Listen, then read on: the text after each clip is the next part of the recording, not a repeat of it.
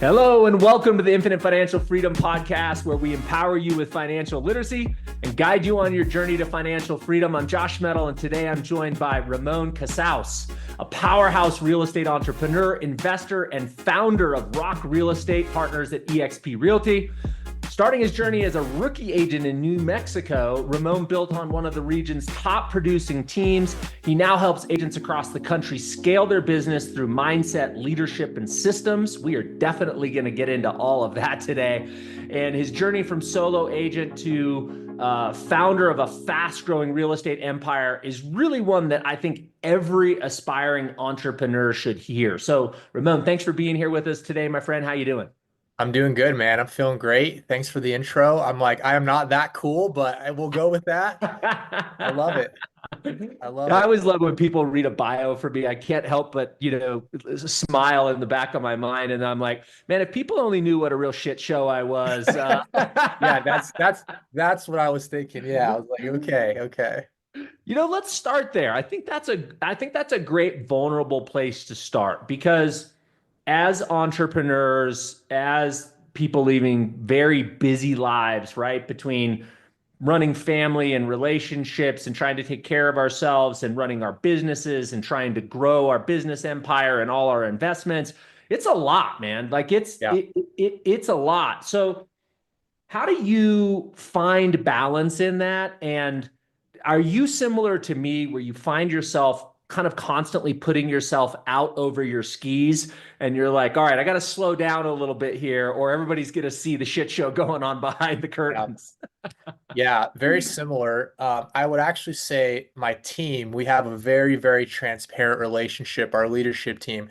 And they're more times than not the ones that tell me, hey, slow your roll, like one thing after Totally. another. They've all been working with me for quite some time. And so they're actually the first people to point it out and say, like, prioritize one thing after another, we'll get there. Because they know how I want everything done yesterday. So Yeah. yeah, I feel like that. I would say there's one thing this year that's been a huge focus of mine when it comes to, well, actually, going to talk about focus, but when it comes to balance and when it comes to clarity, and it's really focusing and being intentional about not being distracted. Mm. And what I mean by that is every time you check into your inbox, your email, your return phone calls, your text messages, your DMs, you're checking into somebody else's priorities and you're checking out of your own. Um, and on the flip side, I think that the hardest part about being an entrepreneur in 2025 is that we've never been more distracted in our entire lives than today. Yes. And Yes. a lot of that comes down to social media. And that's a whole nother topic, but that has been probably the singular largest, um, I guess you could say, focus of mine that's made the biggest difference in terms of finding that balance and clarity and not getting too in front of myself with all kinds of random ideas and things I want to do. All right, I want to touch on two things here. I want to come back to what you just described, I would call deep work. I Yep. don't know if you've ever read that book from Cal Newport, but he talks about the difference between being all in and 100% focused and intentional and being scattered, and the difference in terms of your ability to execute. But before I go there, let's go to culture.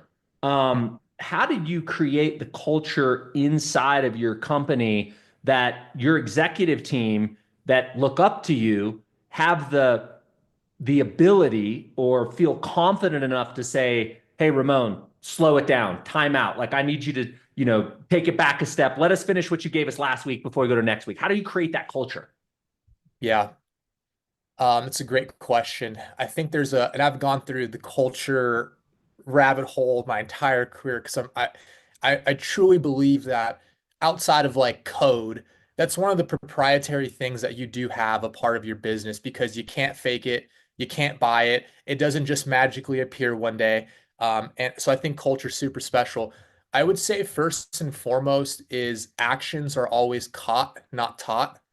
And so, first, whatever the culture that you want in your business, from the leadership down, specifically the leadership, they have to exemplify that every single day. And I think the flip side of that is also having the the purpose of your business, the mountain you're currently climbing, and how you plan to behave on that journey clearly defined, and having core beliefs and philosophies that are ingrained and embedded into every decision that you make. So, for example, one of the things we talk about in our business is that it's a long game. And so our leadership team knows, like, if we're in this for the long run, it's better to get the foundation, do it the right way. Don't worry so much about speed, more about accuracy. Speed's obviously a factor, but let's do it the right way the first time, because if this is a long game, it's okay. We have time to fix it. And so I think that's like an example of how culture can be utilized in a variety of different decision making by the leadership team. Oh, I think you're muted. It's always better when the host is not muted, Usually. by the way. That's lesson number 2 on today's Yeah, podcast. yeah, Thanks. Kudos to you for creating that light of where your company's headed and giving people the autonomy and the right to say, hey, time out. I find myself often running at such a speed that sometimes, as you said, the execution falters because I'm directing people in a new direction before they can execute on the last thing. It's yep. something that I have to continually remind myself of. How do you keep yourself in check? Like, what are the things besides your team saying, hey, you're out of bounds? What other resources do you use to stay united with your team and Yeah. not be running too far out in front of them? Yeah, so a very, very clear 90-day roadmap that's Got it. issued every quarter. That has been the most helpful in terms of not getting over my skis, right? I wake up and I look at the 90-day roadmap. I go to sleep. Before I go to sleep, I look at the 90-day roadmap. That's what everyone in the company's doing. And sure, we have other ideas and we have other things, and those go into a category, and then they're prioritized based on the importance for the next 90 days. And that has helped us really get clear on what do we need to do today to hit our timelines. So company strategy long term, followed by company strategy for the next 90 days. And you stick to that 90-day plan, which pushes you towards the long-term vision. And your team has the right to say, Ramon, you're in the next 90 days. You're not in this 90 days. Let's bring it back. Yes. We'll push that back. Like, we'll get to that maybe Q3, Q4 90-day plan. And it also just depends on your business too. Some Yeah. sales cycles are immediate. In real estate, like a decision I make today on a change, or something we implement, there's really barely even enough data after 90 days to truly say, did this even work or not? So, like, when we look at our sales cycle, that's why 90 days is still pretty short in the grand scheme. We've even thought about going 6 months on some of these, but Yep. it all depends on the business, on what type of business you're running as well. Do you use EOS, the entrepreneur operating system, or what's the platform you use for your 90-day plan? Yeah, I mean, it's kind of one we've created ourselves. Okay. I'm reasonably familiar with EOS, and all that good stuff. But yeah, it's just more of a trial and error over, the last 8 years that we figured it out what works for us. It's great. All right. So if you're a young entrepreneur or not so young and you haven't kind of figured these things out and you feel like you're swirling a little bit and getting out over your skis, this is absolute gold. So thanks for sharing it. Let's go on to the other thing you mentioned. You didn't say it this way, but what came up for me when you said focus was a book that Cal Newport wrote called Deep Work. And basically what he describes in that book is that there is a epic shortage of focused attention, deep work because of the distractions that you're talking about. And then he goes on in the book to talk about the number one asset of an entrepreneur or someone who is highly effective is their ability to block out all the freaking distractions, all the chaos, and just focus. And in this case, let's just say focus on that 90-day plan. Like, how do you move the company forward and simultaneously hold back all the chaos? And how do you do the deep work? Yeah. Well, one thing that I learned early on is that there's a million things going on up here. It doesn't mean that I have to plant each of those into my leadership team's head as well. Mm, I've learned that I used to love to communicate vision and ideas. And what my leadership team feedback gave me is like, it's too much. Like you are taking your distractions that were not in our lives. And now, even though they know it's with good intent, it's not like I'm right, trying to right. say, do this right now. I'm just saying well, the possibilities, right? All the time. And I've learned to really space those out and really ask myself, does this really matter if they know this or not right now? So kind of gatekeeping all of the ideas that go on in my head, they don't need to trickle down necessarily straight to the leadership team. It's great. So that's one. You know, the other is sharing and being super honest about what helps me stay focused and undistracted. I'm not perfect at it. And I think that that's something like as much as we work on our KPIs and the different strategies of leadership and sales, we also fundamentally look at like how do we put more time into your world? How do we make sure that you have enough time and focus time to work on these different tasks or things that you need to get done? A lot of it is like morning routines are very important and understanding like the psychology of why social media creates distraction in your world and how that inbox doesn't need to be the thing you check every 5 minutes. Like I share a lot of those things with our team. And again, a lot of us speak the same language in the company about those core philosophies. So let's talk about morning routine, because when I think about deep work, the first thing I think about is like where does that fit in the day, and Mhm. where am I most likely to have success doing deep work? Because what I know is at 4 o'clock in the afternoon, I'm spent. Like my constitution is starting to waver from an energetic standpoint. There's all these distractions and things that may have gone off course in the day. My ability to focus and do really deep work at 4 p.m. isn't that great. I just know that about me. So how does morning routine fit into deep work? And how does it fit into you being able to say, distractions aside, I got to be head down right now? I think there's deep work and then there's deep think. Mm, And work is tangible work, creating, building. I think outside of that, just even an hour or 30 minutes or 20 minutes of time simply thinking undistracted in complete silence about what it is you're working on, I feel like that gives me the indicators of what I actually need to do that day. Like because I'm thinking about one sole task or one sole list of the next things I need to get done in the next 90 days, that gives me the clarity to know exactly what to work on because I feel like sometimes the part of being distracted is not knowing what to work on. right. I think that's a hard part. It's like a paralysis by analysis, right? So the morning routine to me looks like getting up before the sun, whatever that means for anybody, but I'm more like a 5 a.m. person, 4:35.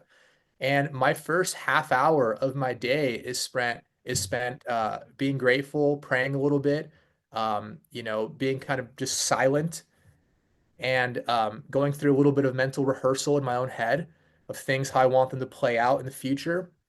And then it's pulling up that 90-day plan, no joke, and sitting there and thinking about it, thinking about my day, looking at the 90-day plan, taking some notes, thinking through the decisions that I'm going to have to make, and where I'm at in my overall 90-day plan. And then from there, it's going and executing. Um, Throughout my day, there's usually at minimum a 2 hour time block, and you said it, primarily in the morning, 2 hour time block that is solely for me because I know that like I can only give what I have. And if I'm not filling my own cup and I'm not taking care of myself and what I need to do, it's hard to focus on that at 5, 6, 7 o'clock. It usually doesn't happen. So there's always a 2 hour time block, but that morning part, like I want to make that distinction on the think versus the work. Like the deep work will happen, but sometimes the deep think is what gets you to the deep work because now you're truly inspired and know what exactly it is you're going to work on. And I think for me, that's been extremely helpful. The deep think precedes the deep work. Yeah, I believe that. Yeah. So the other book that came up for me was Michael Gerber's E-Myth, and he talks a lot about working on the business versus working in the business. And as a young entrepreneur early in your career, and this goes true if you're starting your own business, or if you're in real estate, or if you're a dentist starting your own private practice. Early on, you have to do everything, right? You're the practitioner, you're the accountant, you're the marketer, you're all the things. The only way to get out of that is to build systems and processes and scale, and eventually hire people and train them and get some of those things off of you so that you can elevate and escalate and really operate in your genius zone, which the definition of genius zone for me is high return on investment, meaning these are high dollar per hour, but also usually high return on energy, meaning when I'm involved in this genius zone activity, 2 hours go by like 30 minutes, right? It's not taxing for me. So how do you think about separating working on the business, which in my mind, those are things that give you scale and enable you to scale the business? Could be a marketing plan, could be your 90-day execution plan. How do you separate, or how do you go about bifurcating, I guess, working on the business and in the business? And really what I want to get to is most people never get there, Ramon. Like, most people can't do that, and they get stuck in reactive instead of proactive. So how have you been able to do that? Yeah, I think one of the things that comes to mind is really dropping the ego. A lot of times we think that nobody can do what we do better than us. Mhm. And the reality is there's a lot of skilled and talented people out there that you can train to be as good, if not better, than you are. And I think that there's a lot of things when you're first starting out, you're doing simply because of necessity. You're actually not that good at them, but you're doing them because you have to. And then when you start ranking those in terms of dollar per hour, meaning like how much could I replace this task that I'm doing? Like what would this person cost me? You have to always ask yourself, is this a $15, $20 an hour task, or is this a $5,000 an hour task? Yes. And when you have those ranked and very clear, you just graduate up the ladder until you're doing only the 5,000, 10,000, whatever the number is, right? It's the highest dollar per hour tasks in the business. And usually those are the ones you're best at. And usually those are the ones that you enjoy the most. And so I think there's a lot of like logic involved with just whatever type of business you're in. Like sales is the lifeblood of the business. So there's a high probability in most cases you're going to be driving sales the majority of your time, and then bringing in people to outsource all the operational and administrative stuff. And then I think that again, going back to the clear vision about where you're going, if I bring, even if it's I don't want to use not the word low level, but just a entry level Yeah. employee into the business, and that's the only employee you have, or you have a couple of them, like, well, shoot, that's who you got. They need to know the vision of what you're building because they're a part of it now.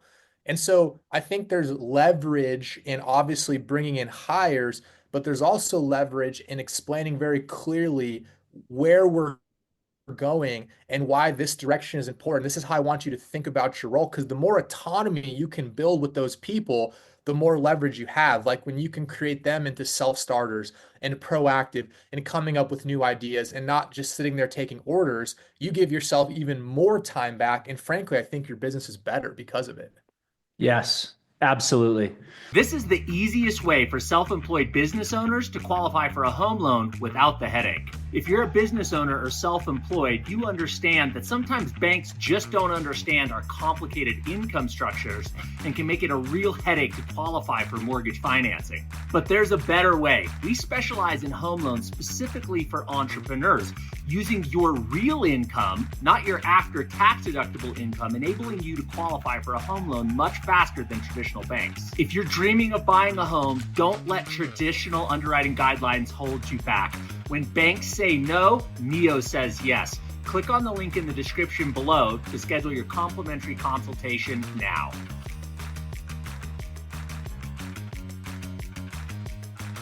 I I want to ask you a question in a minute, just to share a story about maybe somebody you've hired or somebody you've brought into your organization that's kind of changed everything for you. I don't know if you've ever had one of those Sure. hires where you're like, we're on a different trajectory because this person's part of our organization.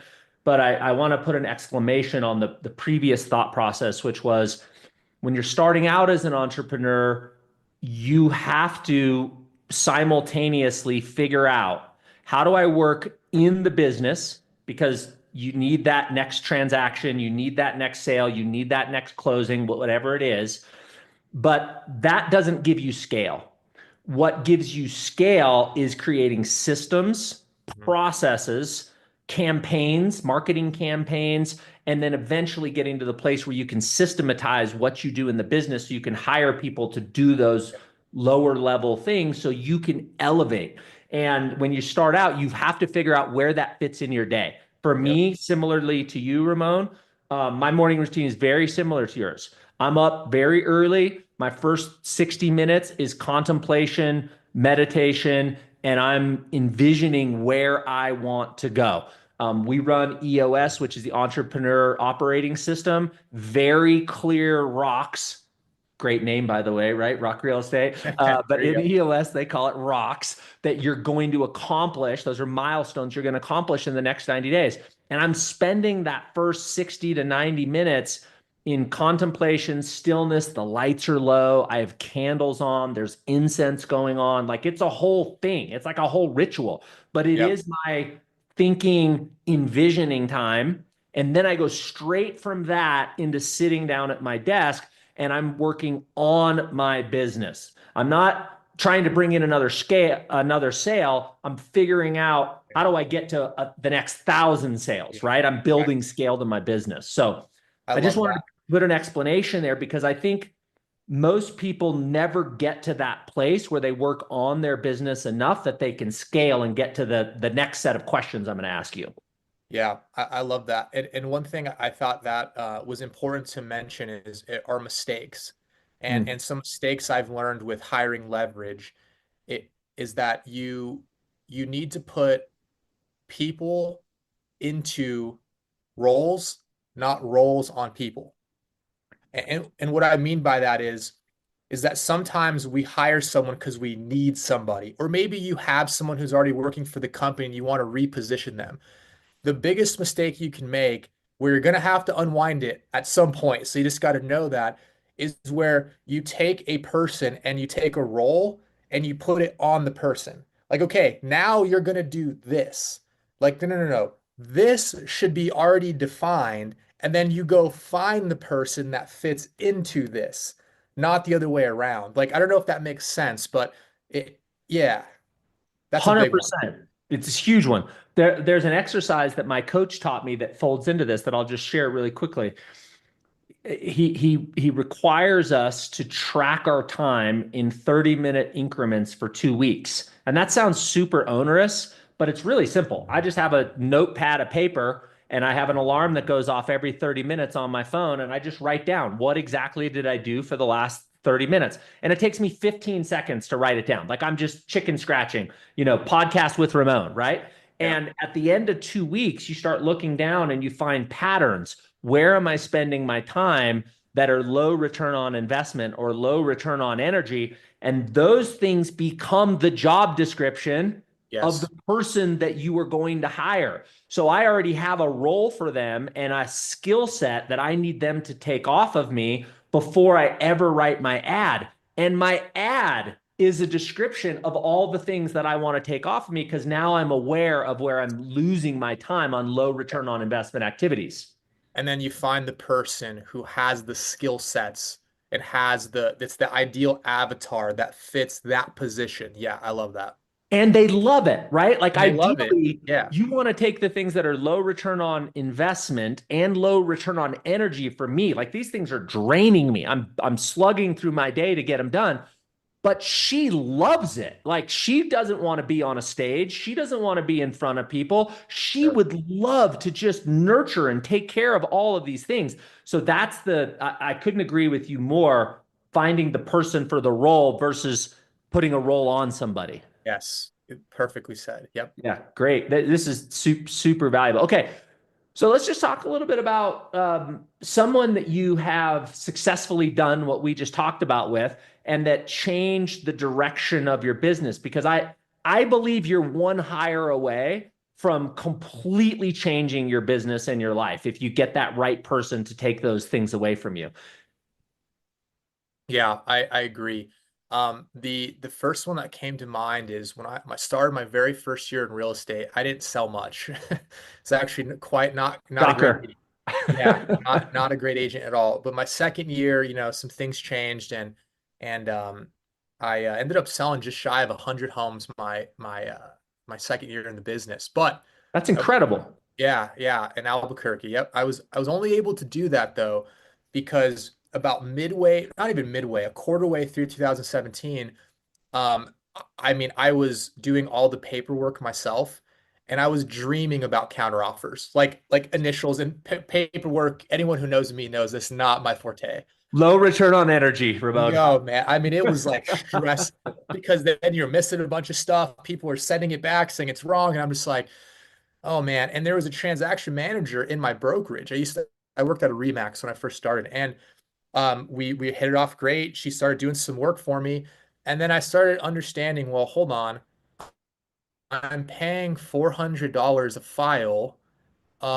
If I'm looking at my track record. I'm like, well, if I did 25 this quarter and I'm gonna do 100 maybe, let's see, I could just bring you on full time for like 45 grand, and then you could do a bunch of other more stuff for me outside of just the transaction. So I pitched her the idea, and she was like, okay, I'm game. It's like, okay, awesome. So I hired her full time as my first full time hire. And that's what the trajectory of the bit, everything changed when I Mm. had the right person in the right seat who not only could do the actual paperwork, but could advise and consult the other agents that ended up joining about like how to negotiate and what to do in the deals, because they didn't have to call me. They'd get an 80% of the answers they needed from her. And that singular hire is where we went from, no units the first year, 100 the next, and then literally almost 100% growth year after year, up to about 500 units. And it was solely because of that core admin hire on the transaction management side. So I want to pull a couple of golden threads out of there. First of all, you didn't hire somebody like you. So you didn't think, I need another Ramon as my first hire, The right? last thing, it's the last thing we need. Right. Exactly. But that takes a tremendous amount of humility, really, to say, where am I? Is humility the right word? Maybe it's just self-awareness is the right word, right? Like, where am I weak? Where am I not winning? And then you went and found somebody who obviously already was an expert at that role. So you didn't, put the role Yep. on somebody. She was Already she was doing it. it, already Yep. doing it. So I think that's really important. The other thing is a question, really, Ramon. Do you think that in most cases, the first hire should be someone who brings order and is kind of like administrative that way, rather than continuing to maybe hire a marketing person first or hire a second salesperson? Like, how do you think about that? Well, at the time, social media wasn't that big of a deal and marketing wasn't that big of a deal yet. It was, but it wasn't, and especially in the real estate industry. I think it all just depends on who you are as a person. Like Mm. I've met brilliant team leaders that would rather stay locked up in an office with no windows all day long than go recruit agents and go get on social media and talk about their business. I've seen both work. So I just think it goes back to your comment about having some self-awareness about, okay, like what does the business need that I'm not actually good at? So for all intents and purposes, I could have been an awesome transaction manager and been super brilliant when it comes to organization. Well, then I need to go hire someone who can drive the business forward and go out and make sales and bring in revenue. So I think it just depends on the person. But in real estate specifically, service-based, sales-based, usually you're the person that is driving revenue. Hmm. And so you want to stay as crystal clear focused on driving revenue and outsource everything else. And logically, the bottleneck was not in marketing. because if it was in marketing, we wouldn't have the sales. Right. It was in fulfillment. Like Yep. that's where we were weak. And I knew I needed to make a hire for fulfillment. And it's funny you said that. Marketing came right after that. Yeah, so I think the distinction you made is really important. It doesn't have to be that the first person you hire is organization if that's your superpower. If Yeah. your superpower is organization, then perhaps you need to hire someone who's a superstar in sales or a superpower in marketing. But it's almost like you're hiring kind of the opposite of you, right? Like where are you out of balance? And that's what you're hiring for. Correct. Yep. Yeah. Well said. We recently in our real estate investment business hired a paralegal, and what's been astounding to me is we recently asked her, you know, are you having any fun? Because we gave her all the stuff that we hate doing. We're like reading a 37-page lease Yeah. agreement with Target, for example, right? Like, kill me. Um, and she's like, I'm having the time of my life, and I'm like, we did it. We nailed it. This person is better than us in those things, and she loves it.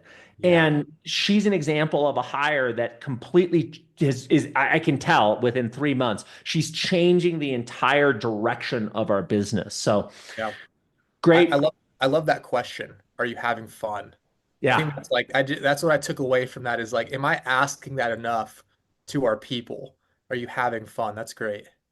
You know, I have a theory about business that it's just a way for adults to play games. You know, when we were kids, you know, we played jump rope and dodgeball and you know, we would have been out beating each other up on the baseball field.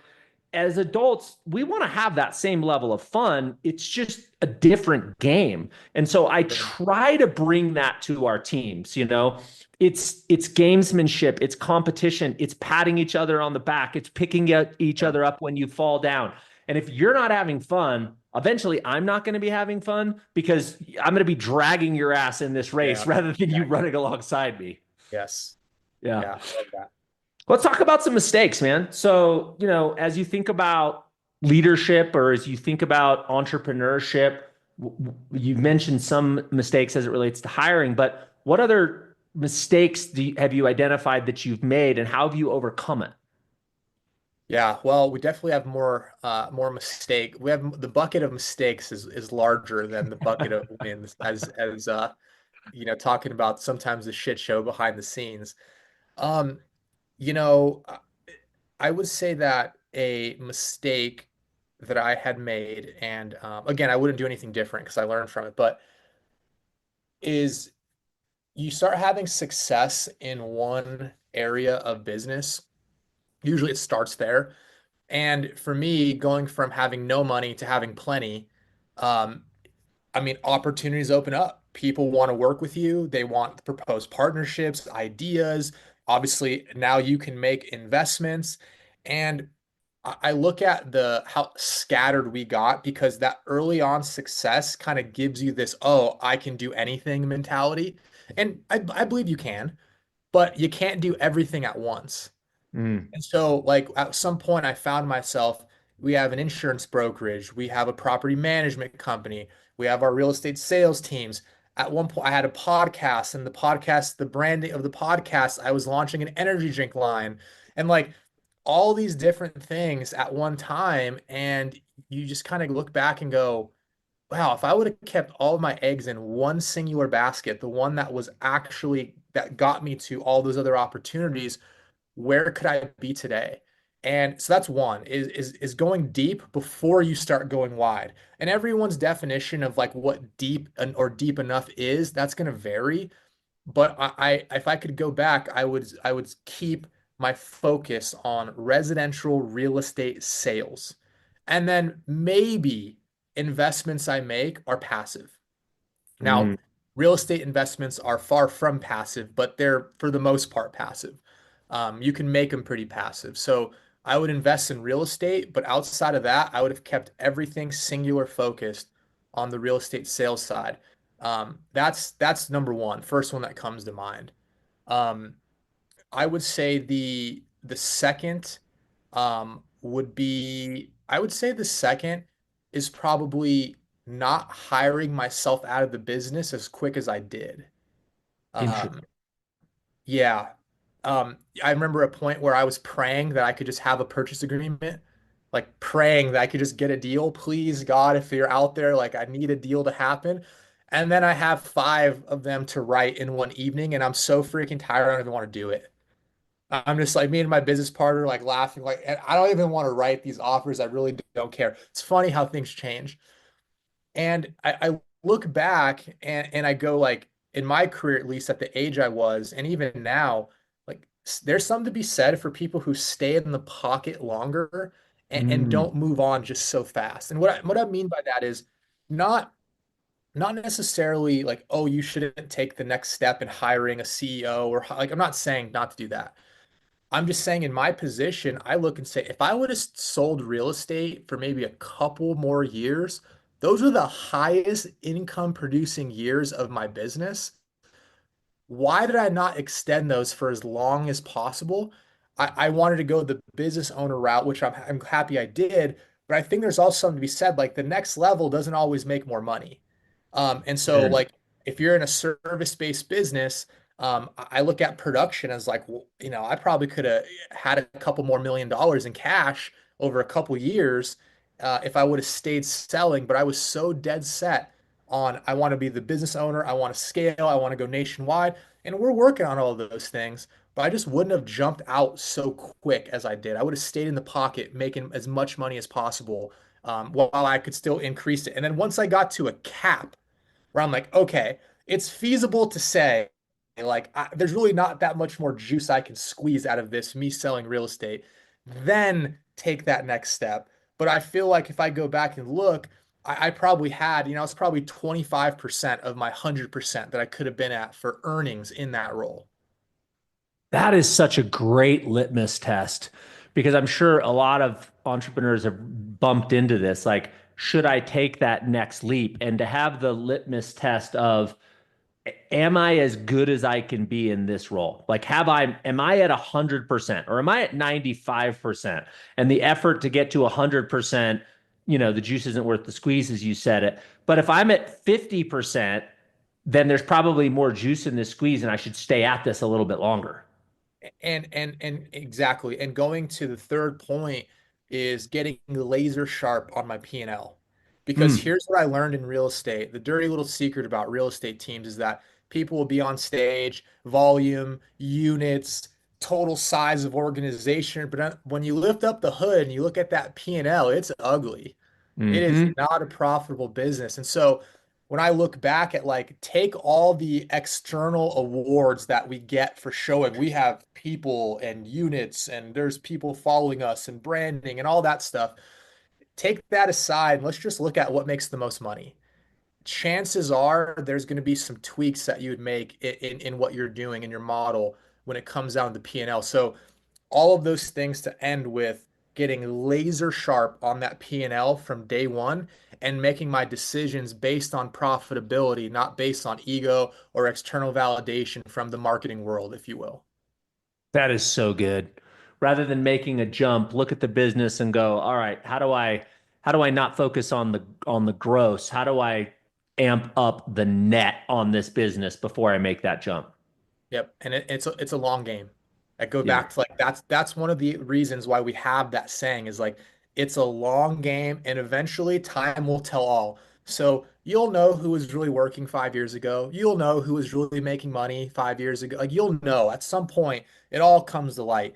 And so it's a long game. Let's do it the right way. We have a fiduciary duty to the people who work at our company to make sure that we are able to stay in business. We owe that to them. So that's like what our main focus is that. All the other stuff is just a byproduct of what's profitable for the company. Let me ask a follow-up question to that. So, how do you balance, you know, building a brand and growing your company with and expanding into other markets, like you said, across the country, with actually running a profitable business? Like, how do you balance those things? How do you keep yourself in balance? What are the indicators that you might be getting out over your skis? How do you think about that? Yeah, well, there's a lot of people who have come before all of us and have had massive success in our industries. and success always leaves clues. So first and foremost, on a P&L basis for a real estate sales company, there's only so many ways to dice that thing up. Like there's only so much variable of profitability and expense and cost of goods sold. Like there's only so much you can really do. And the unicorns are someone who has found something absolutely 100% unique to make a business more profitable at scale. So if you look at like, a real estate sales company, there's basic baseline metrics of cost of goods sold, fixed employment expense, what our net profitability should be. And we look at that to start is we have to make sure that every decision is going to back in to our economic pro forma. The second one, though, which is a little unique, but in our business, we look at agent net profit on a monthly basis because we look at it as if our purpose is to provide our partners with unlimited opportunities by making home ownership easier, faster, and smarter all in one place. If that's our true purpose that we believe in, well, what our agents actually make tells us if we're delivering on the 100%. unlimited opportunity part. Sorry, I was Yep. just saying the So 100%. I'm so just we agreeing with you. measure agent net profit on a monthly basis, the average. That Oh yeah, sorry, it got a little choppy there for a sec. You're I coming think through okay we're on good my end. now. You're good. Okay. Cool. Yeah. So yeah, I saw that part. You agreed with that. Yeah. So when we think about that, like those are the two buckets, if you will, that we analyze to make sure any growth that we're having, any investments we're making, does it back into our economic model, and is it going to increase the monthly net profit that our agents are taking home on a monthly basis with our organization? Yeah, what I'm hearing is have plate discipline, right? Like know which pitches to swing at, know which pitches not to swing at, and then have a metric by which will tell you you've gotten out over your skis because you're not running profitable anymore. And you talked about building a brand. I think there's something to be said for proof over promise. Mm, There's a lot of promise out there. And so when we look at, well, yeah, you got to like tell people about your business and you need marketing and you need you need that brand awareness. I agree with that. But at the same time, the proof that your business is performing, that is your marketing. And I think that you'll notice there's been a shift in a lot of business where they're starting to get more transparent about what it looks like economically, what it looks like to be a part of this business, and they're sharing statistics and they're sharing data. And so the balance for us is let's use our proof as our promise. That is our marketing. It's almost like just let success be the brand, if that makes sense. Um, 100%. so putting less emphasis on stroking our own ego, talking about how great we are, and like let's just let the results do the talking, but we got to make sure we tell people about the results as well. It goes back to focusing on the net versus the gross. Like at the end of the day, It, yeah, very that's it. good. So we've talked a lot about morning routines and scale and I think personal development and now business. Let's transition a little bit into kind of like investment and wealth building for the last 15 minutes here. I know for me, I wanted to create a place where I wanted to get to a place where I'd escape the rat race, where the passive income exceeded my expenses and I didn't have to run the business anymore. Turns out I actually like running the business more, having escaped the rat race because the pressure's off. But how do you think about creating passive income and what are some of the things that you've done and you help the agents in your community do as it relates to growing their passive income? Yeah, it's a good question. When I got into real estate, I thought everyone owned real estate. Like I thought all the agents had a bunch of rental properties and everyone had a portfolio and very naive. And I soon found out that that wasn't the case. And I asked, well, why? Someone took me aside one day and explained to me that, well, agents have money problems sometimes. Their commission and their income kind of fluctuates. This can create tax problems. This can create credit Mm, issues. And so they don't always fit into the traditional financing box. And someone taught me about seller financing, which is how to basically open up the traditional financing box where you can buy any property for any price in any market, and only person that has to agree with you is the seller. And I like, whoa, wait, hold on, this is real. And that is one of the things, like there's a lot of different things we could talk about wealth building wise, but that is the one for agents specifically and business owners that I think is a slam dunk. Have to have this in your tool belt and know how to execute seller financing deals, especially in the residential space. But that is one of the ones that for me, 80% of my portfolio is seller financed. And I teach agents and business owners how to do that on a regular basis. So walk us through that. Let's just go a little bit deeper and pull the onion back. When you're saying seller finance, are most of these all-inclusive trust deeds? Does their underlying finance remain on them, or what does that deal normally look like? Ideally, I like no debt on the property. That's the ideal one. Interesting. Okay. Yeah, I don't. I like when it's owned free and clear. I will do a wrap. We call them wraps, right? Where there is an underlying note. Hmm. Um, my only hesitation with those right now is that there's been a huge push since interest rates went up with subject to seller Yep. finance. There's a lot of stuff going on, and all it takes is Jamie Dimon to make one phone call, and we got thousands and thousands and thousands of notes called due, because the due on sale clause technically has been violated for those properties. So it's an inherent risk we understand, and we're cognizant of, like, hey, like this could be a problem in the future. It's not today, but it very well could be. So we'll still buy those deals, but are more selective in that world. But a straight seller finance where there's no debt on the property, the most common situation we run into is a we call it a tired landlord, somebody who's owned this property for a long period of time. They're usually a little bit older in age. They love the money in, money out approach. So like they have 10,000 coming in, they spend five in their personal life, they have five left over. It's comfortable, but they don't want the headaches of the properties anymore. Now Hmm. there's some other tax strategy involved, but for the most part, that's like what it is. They don't want to deal with the property more, and they want the passive income still. And so, if you think about it, for this is more like non-super sophisticated investors. Hmm. They have a nice portfolio they built over the years. They've worked hard. If they're going to sell you a house, and they're going to net $500,000. The question always is, what are you going to do with it? Right. Oh, I'm going to put it into a checking account. Yeah, that's a great idea. Most people are outliving their savings. And so we're like, well, hey, instead of you having to go put that money somewhere else, I think that's actually more risky. Why don't Mm. you leave it in the property and let me pay you a monthly principal and interest return on that equity? It's safe, it's predictable, and worst case scenario is I am a professional landlord, I'm a professional investor, but if I don't perform, you take it back and you keep all the payments and you get your property back that you know and understand and can physically see it and touch it and drive by it. So this is the most common, what we see in the really good deals that we like is that avatar, the tired landlord. I can definitely see how that is appealing to someone that no longer wants to answer the calls, market the properties, do the background checks, all the things. So it's appealing for them. Walk me through like what does a typical deal look like, or one that you've executed on recently? Yeah, so I always say there has to be a win in the big three categories. Otherwise, you might as well just go get normal debt.